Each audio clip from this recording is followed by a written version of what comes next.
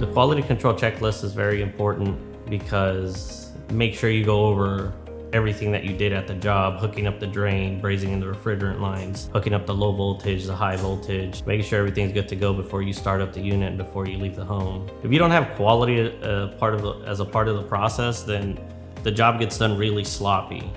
Like you'll have wires hanging, nothing strapped up. People could trip over something if you, like on the outdoor unit, if you leave a wire just dangling there, people could trip over it and pull it out and make the unit not work properly. The refrigerant charge is pretty much everything when it comes to installing an air conditioner. If your refrigerant charge is too low, then the unit won't cool as good. If it's too high, then it'll start messing with the compressor and it'll eventually cause failure.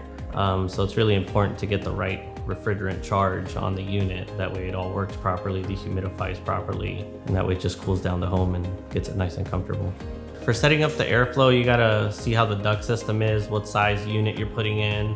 And with the dip switches, you just set the CFM of the blower motor to the right speed that it needs for the tonnage. Like if you have it set too high, then it'll be running too fast and you'll hear like whistling out of your vents or something. And if you set it too low, then it's running too low and you'll barely feel any air blowing out. It'll still probably kind of work, but it just won't cool down as fast.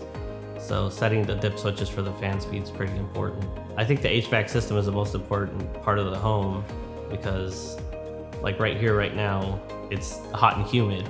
If you don't have a central air conditioner that works properly, or if you just don't have one at all, then what it does, it dehumidifies and it cools down the home.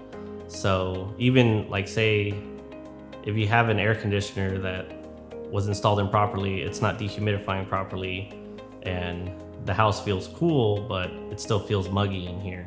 It dehumidifies the home and it cools it down and makes it all nice and comfortable. So that way whenever you get home from work or something and you're tired, you want to come home to a nice cool house.